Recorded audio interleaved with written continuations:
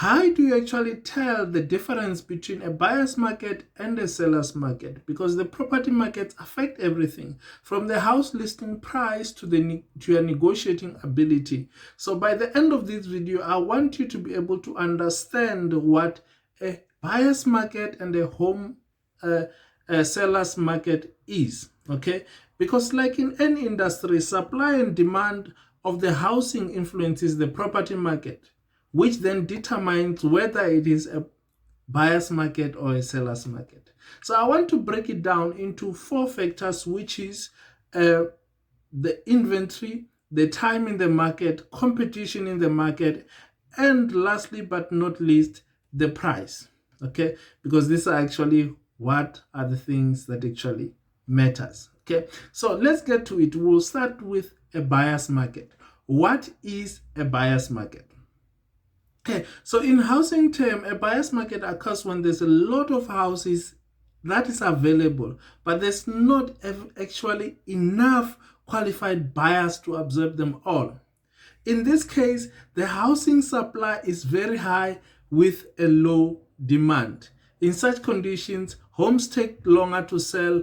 Homeowners often have to reduce their asking price so that they can be able to lend a buyer. And then they actually have to settle for less than they actually anticipated in most cases. So in simple terms, it just means that the buyer has an advantage and leverage in negotiating power. Okay, so as I said, I'm going to break it down into four elements in actually what actually determines if this is actually a buyer's market. Okay, so inventory. So in case of inventory in a buyer's market, there's a very increased inventory, which means that there's more houses in the market that less buyers actually can choose from, which actually means that there's a very, very low demand compared to a high supply of houses that are actually in the market at that time, right? And then if we go into the second element, which is time, the time it takes for a property to sell in a buyer's market. So in most cases, it takes very long for a house to sell in a buyer's market because there's a lot of homes in the market at that time and there's little buyers, and then which gives buyers a lot of time and to do due diligence in terms of assessing more homes, because there's not any pressure, which I will get to just right now. There's no pressure, so they take their time in terms of deciding which house actually gives them more. And then there is also decreased competition because there's very few amount of buyers. So buyers in this case, they are blessed with so much stock and they can actually choose the right houses for them that meet all their requirements, right?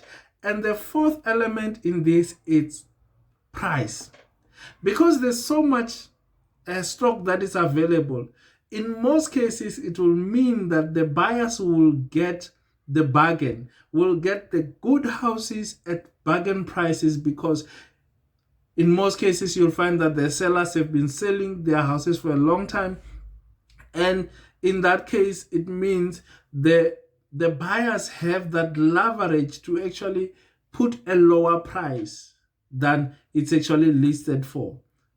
So in that cases, you have a higher chance of your offer being accepted because sellers have been selling their homes for a very, very long time, and you actually have that opportunity to choose a house that actually meets most of your requirements. Okay, so that's it for a buyer's market. So let's go to a seller's market. What actually does it mean to be in a seller's market?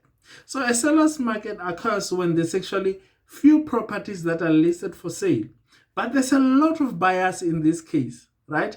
In other words, the supply of homes that are for sale is less, but the demand is very high. In this situation, buyers fiercely compete with one another for a limited number of houses, which means that multiple offers are more common and they can turn into bidding wars. So in simple terms, it just means that the sellers have an advantage and leverage in negotiating power. So it's actually just the opposite of what we spoke about in terms of the buyer's market. Okay, so let's break down the 4 elements of a seller's market in terms of what does it mean in terms of inventory, time in the market, competition, and price. Okay, so what does it mean for inventory? For inventory, it means there's a decreased inventory. So there is really low amount of houses that are available for sale, and then it just automatically says that the supply is much lower than the demand that you will have at that time, which means that in terms of time, the properties takes very little time to sell. So it takes like a short period of time for a house to sell in a seller's market.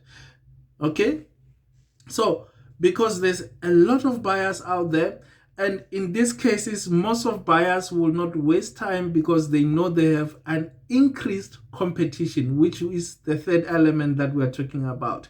In this case, it will mean that you will have 4 or 5 buyers that are interested in one house, which means that they can have a multiple offers in this scenario, which means that the seller in this case have more leverage and will only go for the highest bidder, which is very good in this case for sellers, right? And then what it means then in terms of price, which is the 4th element that we're talking about, it means the prices for home sellers go up, right? And then because the multiple offers drives the price up, which is a very good opportunity for sellers to have. Okay, so now let's determine where we are in the market right now in South Africa. So currently we are in a buyer's market, right? Because sellers have been forced to lower their prices due to economic and political situations. So most of you that have sold your houses recently, you know that in most cases that you were not able to get your price. This is driven by the economic and the political factors that we have experienced in the past year or so. And buyers have been able to get houses at the moment in bargain prices, which is good for them.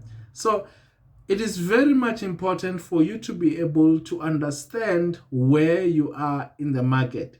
If it is a buyer's market, if in the seller's market, but it varies, okay?